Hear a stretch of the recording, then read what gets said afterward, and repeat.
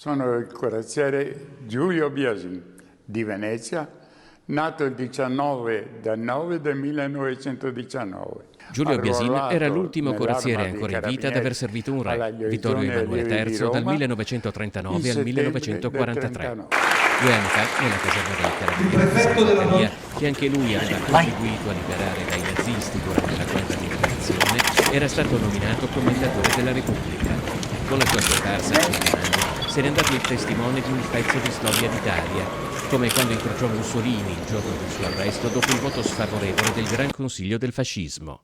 E lui mi guarda.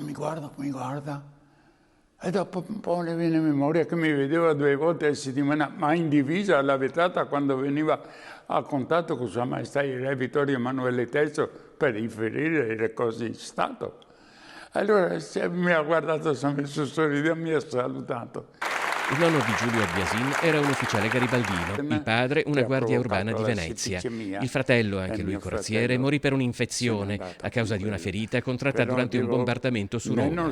Nonostante il dolore, Umberto di Savoia era appena venuto fuori a Penicillina, mandava ogni 2 giorni un aereo a Tripoli per prendere Penicillina per ritornare suo figlio vivo alla mamma che lo aspettava qui a Venezia.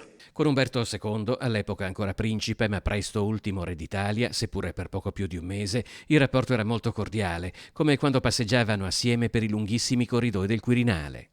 Prima di andare all'ascensore mi ha dato un pugno, così per giocare. Ha detto: a te Ciareare, guarda che io ritorno, perché sapevo che era buono e scherzoso anche. E così ho fatto, mi ha dato un piccolo pugno che è andato a finire in fondo all'ascensore.